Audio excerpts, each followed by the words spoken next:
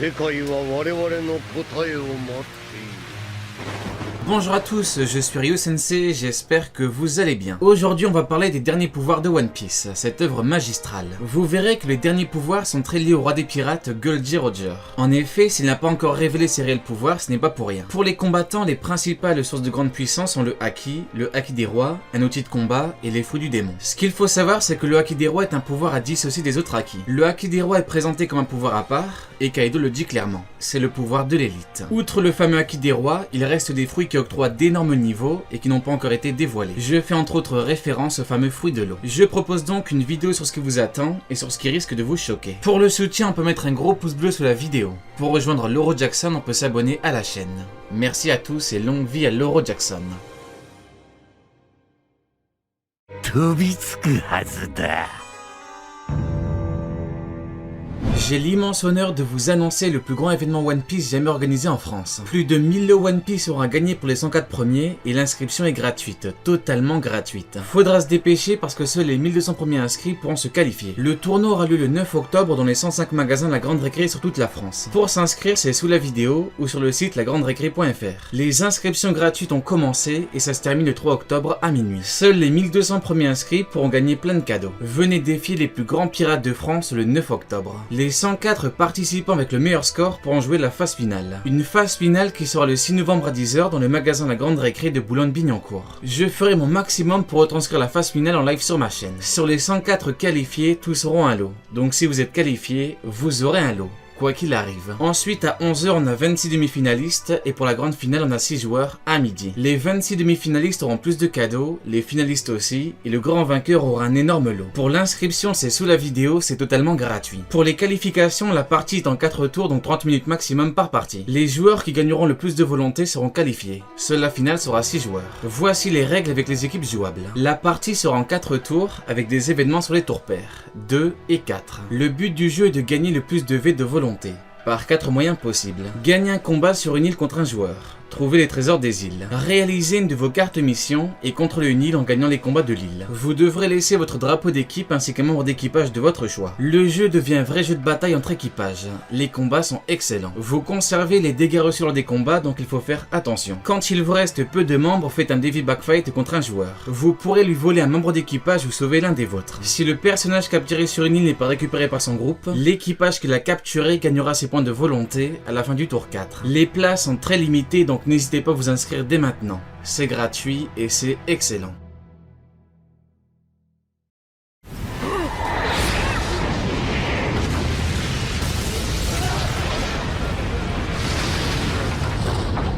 La notion de puissance est très bien maîtrisée par monsieur Eiichiro Oda. À Marineford, on a atteint ce qui semblait être le summum de la puissance. Barbe Blanche était l'homme le plus fort du monde, il a affronté la marine et les grands corsaires. Ce summum de puissance est en fait le summum que l'on pouvait avoir pré-ellipse. Entre temps, on a une ellipse et une énorme mise à jour des niveaux de puissance en général. L'éveil du haki des rois et l'éveil des fruits ont bien sûr fait leur apparition. Les 4 plus puissants au monde sont les 4 Yonko. 3 ont des titres qui se ressemblent et un est l'héritier du roi des pirates. C'est très compliqué de combattre Yonko 1 contre 1, mais Newgate était malade. L'homme le plus fort du monde n'avait pas du tout son meilleur niveau. Par contre, maintenant, on approche de la fin. Et qui dit fin, dit forcément puissance finale. Actuellement, les 2 hommes les plus puissants qu'on nous a présentés, c'est Xebec et Roger. L'homme qui aurait pu devenir le maître du monde et l'homme qui est devenu le roi des pirates. Le roi de tous les pirates. Une information capitale est à garder en tête. Xebec est l'adversaire le plus puissant qu'a combattu Roger. Un adversaire est une personne qui est opposée à une autre dans un combat. Xebec était donc plus puissant que Barbe Blanche, ce qui est logique. Goldie Roger a battu Xebec quand il était à son prime. Roger avait 39 ans sur God Valley. On a certes une alliance inopinée Roger-Garp, mais il y avait l'équipage de Xebec. Ça a été clairement dit. Donc Garp a combattu quelqu'un d'autre. Xebec était contre Roger. Les questions sont donc, mais pourquoi est-ce que l'auteur garde le secret par rapport à Xebec? Pourquoi est-ce qu'on n'a pas encore vu les vrais pouvoirs de Goldie Roger? Pourquoi est-ce que Roger était malade contre Barbe Blanche? Eh bien la réponse est simple, parce que l'auteur garde la puissance finale pour la fin.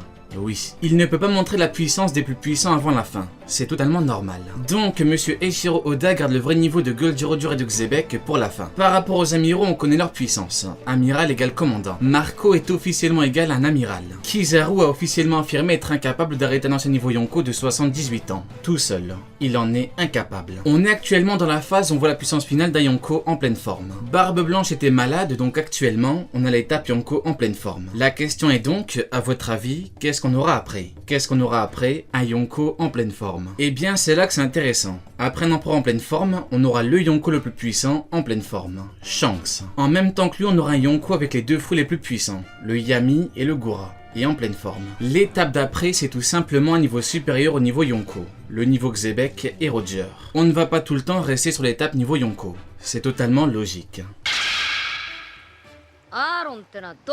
L'œuvre aura 3 grandes phases. La première c'est pré-ellipse avec Marineford enfin. La seconde phase on est en plein dedans. Pour la fin, les Yonko au max. Pour finir, la troisième phase c'est la phase finale, le niveau de puissance le plus haut. Le Haki a son paroxysme, les fruits leur paroxysme et Luffy a son paroxysme. Luffy est le futur roi des pirates, donc il doit atteindre le niveau de Goldie Roger. Goldie Roger est une référence par rapport à la puissance maximum dans One Piece. Big Mom dit clairement que le roi des pirates est exceptionnel. En fait, elle sait très bien qu'il a réussi à battre le grand Xebec, son capitaine. Dirait-elle ça juste parce que Roger a fait le tour du monde? Bien sûr que non. Big Mom est une empereur. Empereur égale puissance. Big Mom reconnaît la puissance du roi. J'aime l'exemple de Shiki parce qu'il illustre parfaitement les choses. Pour battre Shiki, il aura fallu Sengoku et Garp, à 2 contre 1. Pourtant, Sengoku dit clairement que s'il libère Roger, il battrait Shiki à coup sûr, avant de partir. En entendant ces mots, le grand Shiki ne parle pas. Il ne dit rien. Il parle mal à Garp et Sengoku, mais là, il ne parle pas. Donc, Shiki sait que c'est la vérité. Big Mom le sait. Sengoku le sait. Garp le sait. Tout le monde le sait. Le charisme, la classe, le flow, tout ça, c'est subjectif. Par contre, par rapport à la puissance, là on peut parler objectivement et factuellement. Le roi des pirates est le roi de tous les pirates. Il est exceptionnel. Allons plus loin. On sait que sa maladie l'affaiblissait, tout comme celle de Newgate l'affaiblissait. Et bien malgré cet affaiblissement, il était le plus puissant. De peu, peut-être, mais il était le plus puissant. Kaido le confirme à Luffy. Luffy lui a dit « Je serai le roi des pirates ». Ce à quoi Kaido a répondu avec un gros KO en lui disant « De qui seras-tu le roi ?» Gamin. Kaido est donc dans la liste de ceux qui reconnaissent la surpuissance du roi des pirates. Dans le flashback de Ace, il y avait des mecs dans un bar qui se moquaient bêtement. Et bien eux, ce sont des mecs qui ne reconnaissent pas le fait que Roger était le plus puissant. D'un côté, on a donc Shiki, Kaido, Big Mom et Sengoku, entre autres, et de l'autre ces mecs-là. Faites votre choix. On en vient donc au fameux « Le roi des pirates, c'est juste parce qu'il a voyagé partout ». C'est très simple, si effectivement c'était ça, juste ça, et bien n'importe qui pourrait devenir roi des pirates. Pourtant, bizarrement, ceux qui peuvent le devenir sont les plus puissants. Pourtant, bizarrement, Don Shinjao dit clairement à Luffy qu'il doit surpasser tous les plus puissants. Pourtant, bizarrement, Luffy dit que pour être le roi des pirates, il doit battre tous les Yonko. Faites votre choix, Don Shinjao et Luffy, ou des gens qui pensent que Luffy n'est qu'un explorateur. C'est très simple, roi des pirates égale pirate le plus libre, égale pirate le plus puissant. Pour être un pirate libre dans ce monde, il faut être le plus puissant. Tout simplement. La question est donc, mais comment est-ce que Roger a-t-il montré qu'il était le plus puissant? Eh bien la réponse est simple. Rox dit Xebec. Roger est le seul à avoir battu Xebec. Il a donc battu le plus puissant. C'est très simple, il est devenu le plus puissant. Luffy doit battre les empereurs, Roger a battu l'homme qui était le capitaine de 3 d'entre eux. Ça s'arrête là. Roger était si puissant qu'il n'a même pas combattu Big Mom. Il n'en voyait pas l'intérêt. Il savait pertinemment qu'il pouvait l'humilier devant toute sa famille.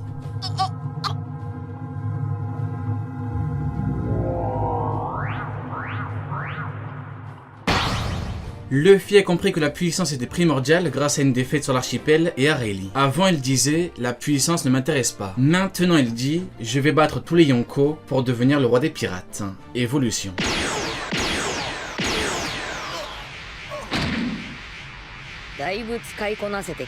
Dans le chapitre 588, Garp dit clairement ceci. Lorsque Roger s'énervait, il était semblable à un démon. Il a déjà anéanti des armées de pays entiers à lui seul. Juste parce qu'on avait mal parlé de l'un de ses Nakama. Ces mots sont à mettre en corrélation avec les mots de Squardo. Rappelez-vous, il avait dit que Roger avait anéanti ses amis. Je pense donc que l'on croit à tort que Roger est très sympathique. Si tu ne t'opposes pas à lui, que tu ne lui fais rien et rien à ses proches, alors pas de souci. Dans le cas contraire, il est beaucoup plus extrême que Luffy. Roger est capable de t'exterminer. Juste parce qu'un homme parle mal, il peut anéantir tout le groupe.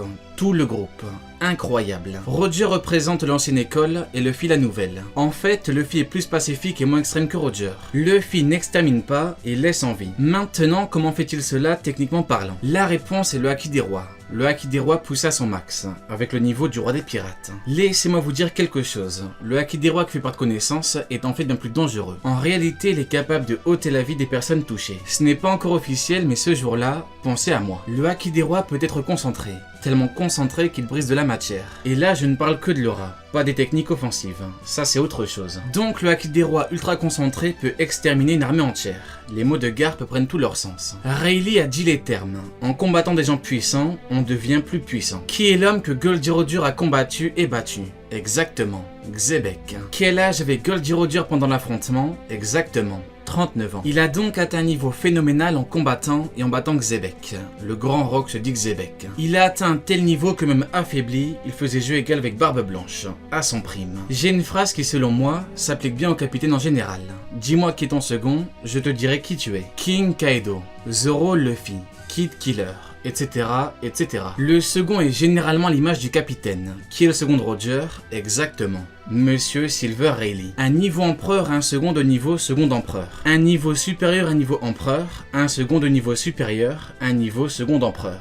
Tout simplement. Rayleigh prime puissance max écrase Marco, King, Katakuri ou encore Shiryu. Disons les termes, même Kizaru avoue être incapable d'arrêter Rayleigh, vieux de 78 ans. On parle de Kizaru.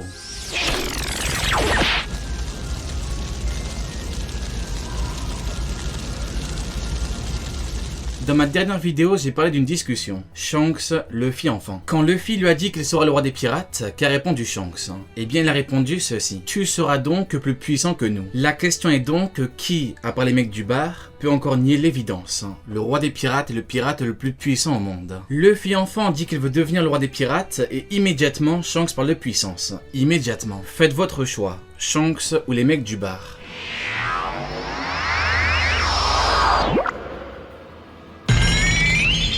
On en vient donc à parler de fruits. Roger en avait-il un? Le parallèle Roger-Luffy peut nous faire penser qu'il en a mangé un. En fait, c'est compliqué de répondre à la question. Je n'ai pas réellement de certitude. Ce serait facile de répondre non. Par contre, je n'ai aucune certitude. Avec un fruit, on peut atteindre un niveau hors du commun en complément du haki. Ce qui différencie les amiraux des Yonko, c'est justement le haki des rois. Les amiraux n'ont pas le haki des rois, les Yonko ont le haki des rois. C'est notamment via le haki des rois qu'on voit que les empereurs sont bien supérieurs. Ils ont le fruit plus le haki des rois. De leur côté, mis à part Sengoku, personne ne l'a officiellement. D'ailleurs, c'est aussi là qu'on voit que le haki des rois est un pouvoir de taré. Shanks n'a pas de fruits, et pourtant, il a le niveau Yonko. Donc, soit Roger a mangé un fruit que l'on verra plus tard, soit il a un haki des rois encore plus phénoménal que ce que l'on croit. Maintenant, il y a plus de chances pour que Roger n'ait pas mangé de fruits. Luffy doit atteindre son niveau. Jusque là, tout va bien. Sauf que Luffy n'aura pas 39 ans quand il sera roi des pirates. 20 ans d'ellipse, c'est compliqué.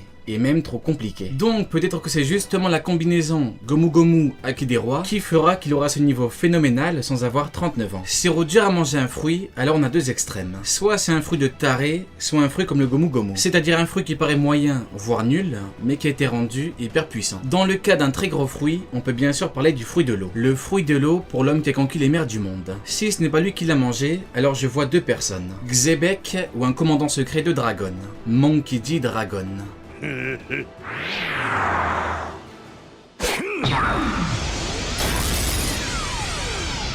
Comme l'a parfaitement dit Zorapika, pour gagner il faut un haki plus puissant. En fait, quoi qu'il arrive, à haut niveau le plus important c'est le haki. Le haki des rois est un pouvoir à part entière, et c'est bien sûr un haki surpuissant. Le haki le plus puissant, devant le haki de l'armement. On peut avoir un fruit pourtant éveillé, il est impossible de surpasser un haki des rois éveillé. Il ne faut pas croire que le haki des rois offensif comme on l'a vu, représente le véritable éveil du haki des rois. Pour la comparaison, c'est comme si on croyait que l'éveil du haki de l'armement était le corps entier recouvert. Dans la hiérarchie des pouvoirs, l'éveil du haki des rois est tout en haut. Maintenant, il n'empêche que certains éveils de fruits vont montrer un niveau tout bonnement phénoménal. C'est justement le cas du fruit de l'eau, mais pas que, parce qu'on a entre autres le Yami et le Gura. L'éveil du fruit de l'eau sera l'image du possesseur. En fonction du personnage en question, l'éveil sera plus ou moins énorme. Si c'est Roger ou Xebec, alors on aura potentiellement l'un des ultimes éveils du fruit existants. Pour finir, je dirais qu'on a bien sûr des chances pour qu'on ait jamais d'éveil, par rapport à ce fruit. Barbe Noire montrera quoi qu'il arrive l'éveil du Gura et du Yami. On a deux des fruits les plus puissants, et on n'a jamais vu l'éveil du Gura, pourtant appartenu par Newgate. L'âge et la maladie peuvent expliquer le fait qu'il n'ait pas montré d'éveil. Le fait qu'il ne voulait pas non plus tout annihiler peut également justifier cela. Par contre, Marshadichi te montrera quant à lui l'éveil du fruit.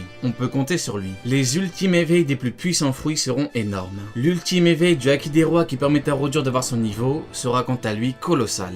Allez, Janet, tu n'auras pas regardé ma vidéo pour rien.